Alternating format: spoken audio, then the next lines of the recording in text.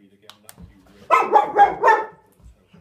absolutely spectacular. We will look out for them. Pete, thanks very much for joining us. That is it for us for this morning. I'll see you with Bill tomorrow morning at 6.